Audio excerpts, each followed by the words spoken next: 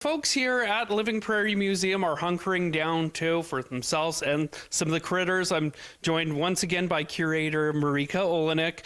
Now, I'm kind of getting into that hibernation mode. I'm sleeping a little more, time change. How do some of the animals kind of prepare for winter here? Yeah, well, what we're seeing a lot is some behavior changes in the deer that live in our city. So we wanted to talk about that a little bit this morning. As people might know, fall is breeding season for the deer. And so the males have their nice big antlers all grown out for the year.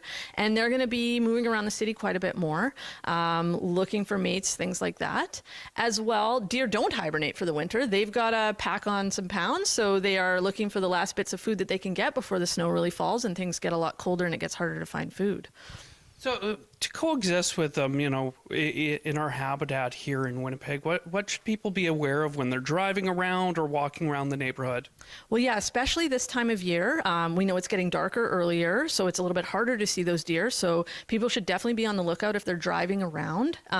Deer are also moving around more, so they are a little more active throughout the day. The times of day, though, to really look out for them are dawn and dusk. That's also when it's harder to see them. So being really careful as you're moving around, driving around, especially if you're in Charleswood, areas near the rivers or near the edge of the city is where we see a lot more deer. So being extra cautious this time of year is a great idea.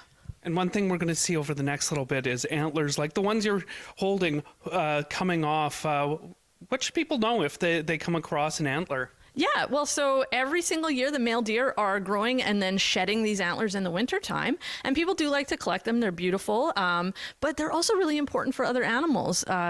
These antlers, once they fall on the ground, will often get chewed on by rodents, beavers, other animals, because it's actually a source of calcium for them. That's a really hard thing for them to get in their habitats.